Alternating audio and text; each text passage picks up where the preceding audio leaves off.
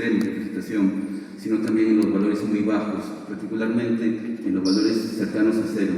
Entonces estos problemas en realidad se tienen que resolver para poder hacer una reconstrucción más viable y tener un entendimiento de la variedad del clima, particularmente en el pasado. Entonces, si vemos qué otros trabajos a escala de América del Sur hay en el aspecto de reconstrucción de datos, vemos que estos se pueden dividir en productos o en bases de datos a escala de estación. Lo que estoy mostrando en esta tabla simplemente es una diversidad de bases de datos en verde a escala global, pero que podrían ser utilizados en América del Sur, y en azul algunas bases de datos a escala de estación de ciertas regiones del continente de América del Sur, de CADE particularmente los Andes centrales y el de Patagonia en el sur de América del Sur.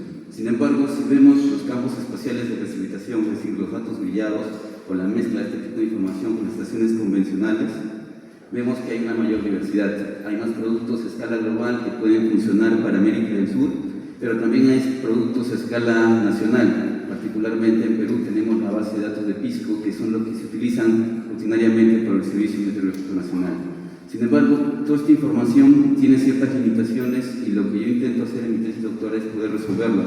Por ejemplo, no hay una base de datos a escala de América del Sur que colecte toda la información posible, porque como ustedes pueden ver, muchos de estos trabajan a escala de datos globales, que particularmente no recolectan la información de todo el continente. También no tienen una estimación de la incertidumbre, es decir, no hay una medida del error o de la probabilidad con respecto a la estimación de la precipitación. Entonces, con esto, nosotros hicimos, al menos en mi tesis doctoral, primero colectar la información in situ de diferentes países de América del Sur. Colectamos de diferentes servicios meteorológicos, alcanzando una gran base de más de 14.000 estaciones en todo el continente. Como ustedes pueden ver en la figura, estos puntos representan por color, por cada país, las estaciones de precipitación, de estaciones convencionales. Muchas de estas provienen normalmente del este de América del Sur, pero también la parte oeste. No tenemos tanta información o no es tan denso en la parte del Amazonas ni en el sur de América del Sur. También algo importante de esto es que toda esta información, que parece que es bastante, es una gran cantidad, solo el 38% corresponde a datos. El resto es particularmente datos vacíos, datos sin mucha información, y esto también es un problema enorme cuando queremos hacer reconstrucción de datos. Entonces, con esta información y también con la variabilidad del clima que tiene América del Sur, porque es un continente mucho más diverso en condiciones climáticas que Europa o América del Norte, y también con las diferencias o las diferentes formas en cómo esto se mide por los diferentes servicios meteorológicos, hicimos un primer enfoque de reconstrucción a escala de estación. Esto más o menos muestra el flujo de trabajo para poder trabajar con los datos de estación de punto. Tratamos de resolver cada problema que se tenía esta información. Primero unificamos, hicimos un control de calidad, completamos la información en ciertas partes donde es posible y luego homogenizamos para que las series de tiempo sean consistentes en el tiempo.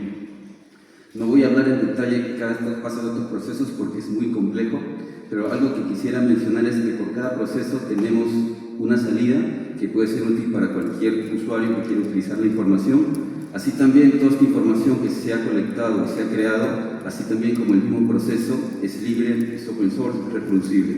Entonces es libre para que cualquiera lo pueda utilizar. Entonces, el segundo o el tercer paso de mi investigación es ahora hacer la reconstrucción espacial, es decir, los campos espaciales de precipitación. Y esta parte es la que yo me estoy enfocando actualmente en mi tesis doctoral. Y aquí es donde voy a detallar un poco más, porque esto puede ser un poco complicado de entender. Entonces, ya tenemos la colección de datos observados a nivel de estación desde el año 60 hasta la actualidad. Esto más o menos representa el tiempo y los campos espaciales de estaciones. Y también tenemos datos, por ejemplo, de productos satelitales que pueden ser datos de, por ejemplo, el IMERS, pero también hay otros productos satelitales. Y algo que deben saber es que estos productos satelitales no están iniciando desde el año 60, sino tienden a iniciar desde el año 2000, 1998. Es por eso que no hay un match temporal de estos dos tipos de datos. Entonces, ¿qué hacemos? Hacemos uso de los datos satelitales que se encuentran en el tiempo presente para poder reconstruir el pasado usando información de las estaciones meteorológicas convencionales y poder estimarlos y poder encontrarlos a través de estos tipos de análogos. Este tipo de análogos hace referencia a encontrar la situación meteorológica donde la precipitación del pasado es muy similar y encontrado en los datos satelitales. Entonces, una vez que encontramos este dato satelital del presente para reconstruir el pasado, buscamos las mismas covariables, pero de otros productos satelitales que correspondan, que nos permiten estimar la precipitación. En este caso, utilizamos covariables que son basadas en nubosidad, como la probabilidad de nube, altura de nube y múltiples variables de nubosidad también. Entonces, con esta mezcla de datos del producto satelital, las variables de nubosidad y las estaciones convencionales, hacemos una mezcla de la información a través de un modelo espacial que puede ser bastante simple o bastante complejo, y obtenemos estimaciones de precipitación por cada paso del tiempo en forma de productos de ensemble con una medida de incertidumbre asociada. Aquí ya lo que menciono es que, si bien es cierto, podemos reconstruir el pasado en función de los datos del presente, también es posible poder reconstruir el presente utilizando la información del pasado. Y esto es clave, por ejemplo, cuando queremos estimar datos a escala operacional, es decir, cuando queremos, por ejemplo, tener la precipitación del día de hoy, usamos la información convencional disponible y buscamos en puntos satelitales que se encuentran ya en el pasado para poder tener un campo espacial de precipitación. Y esto es clave, por ejemplo, para servicios meteorológicos, hidrológicos, donde la información in situ y a tiempo cuasi real es clave para estos procesos. Entonces, para más o menos ejemplificar este enfoque, que puede ser un poco confuso, aquí he puesto un día particular donde tenemos información de precipitación a través de estaciones convencionales. Pueden ver simplemente los diferentes puntos y también ven la leyenda de precipitación que va de 0 hasta 145 milímetros en este caso particular del día. También ven que hay ciertas regiones donde la precipitación es bastante alta, puntos rojos, pero también suelen ver de que hay valores negros o puntos negros donde prácticamente no hay valores de precipitación. Entonces, ustedes se pueden dar cuenta simplemente a través de este ejemplo que la precipitación es una variable muy compleja, ya que es muy cambiante en el espacio y no tiene un orden muy común o muy coherente con respecto a otras variables. Entonces, una vez que tengamos este día en particular, buscamos los análogos, y los análogos en este caso provienen del producto satelital GCMAP, que es un producto japonés, y este análogo, como ustedes lo pueden inferir, pueden ser diferentes días, no tenemos un análogo específico, ya que múltiples días en el pasado pueden corresponder a un tiempo presente de diferentes situaciones meteorológicas muy similares.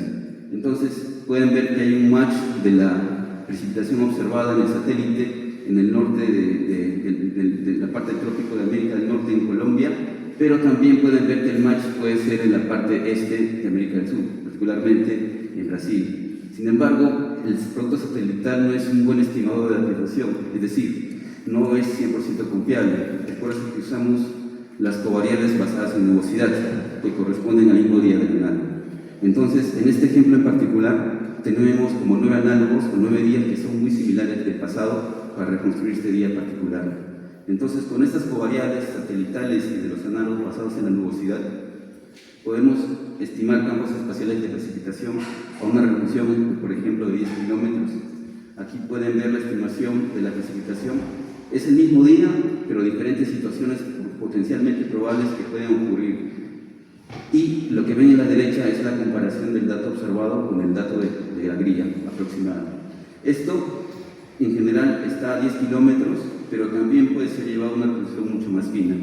Potencialmente, la idea de mi tesis doctoral es llevarlo a una resolución de 1 kilómetro, y cuando llevamos a una resolución mucho más fina, esto se debe aproximar mucho más a la estación convencional. Y es donde más o menos se representa aquí, la comparación entre el observado y el punto de grilla.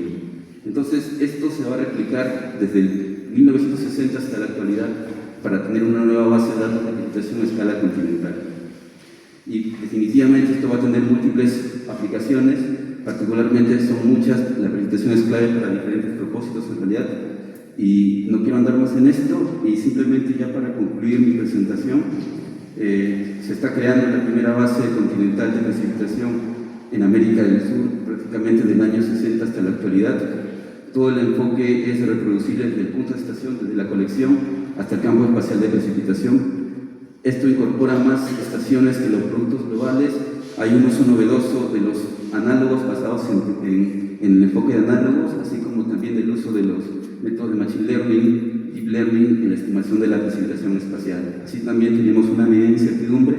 Y bueno, esto sería el momento, porque en teoría esto aún me falta tiempo para avanzar. Y lo que ven en la figura de la derecha sería más o menos la reconstrucción del ejemplo que puse anteriormente, pero para escala de todo el continente. Y bueno, eso sería todo. Gracias.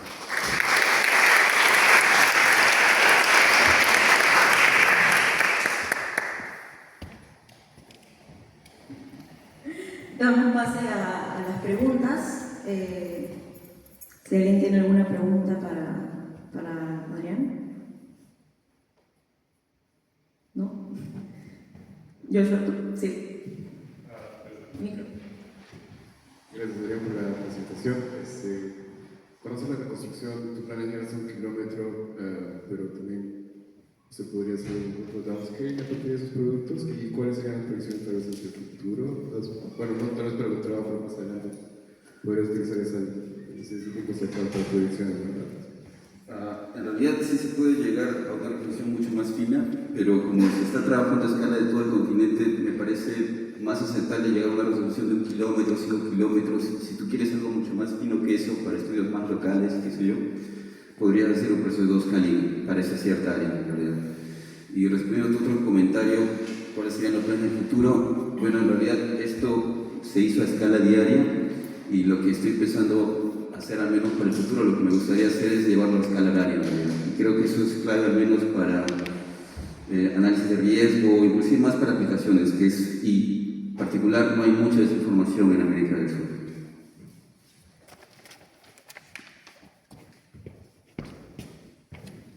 Gracias, Adrián, estamos con el tiempo, pero muchas gracias. Otro aplauso, por favor.